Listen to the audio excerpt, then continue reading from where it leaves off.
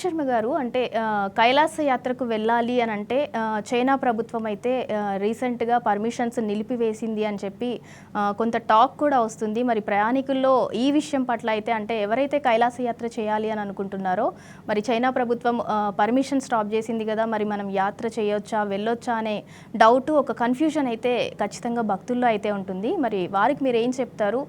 Permission నిజంగానే నిలిపివేసిందా? దాంట్లో ఎంతవరకు వాస్తవం ఉంది? ప్రజెంట్ అక్కడ అసలు సిచ్యువేషన్ ఏ విధంగా ఉంది?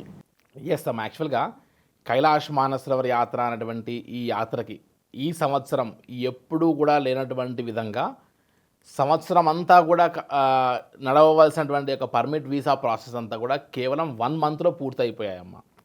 సో చైనీస్ ఎంబసీ అండ్ సిఐపిఎస్సి అనే ఒక సంస్థ, ఎఫ్ఈసి అనేటువంటి సంస్థకి ఒక కోటా ఉంటుంది.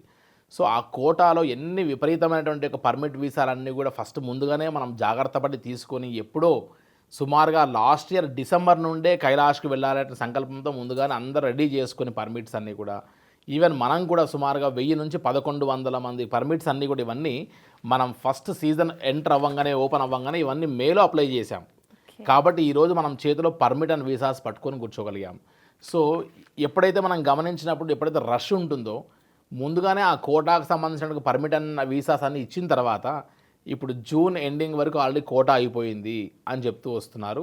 కానీ ప్యానిక్ అవ్వాల్సిన అవసరం లేదు. ఎందుకంటే ఈ విపరీతమైనటువంటి ఈ యొక్క రద్దీని కంట్రోల్ చేయడానికి ఈ జూన్ వరకు ఆపారు.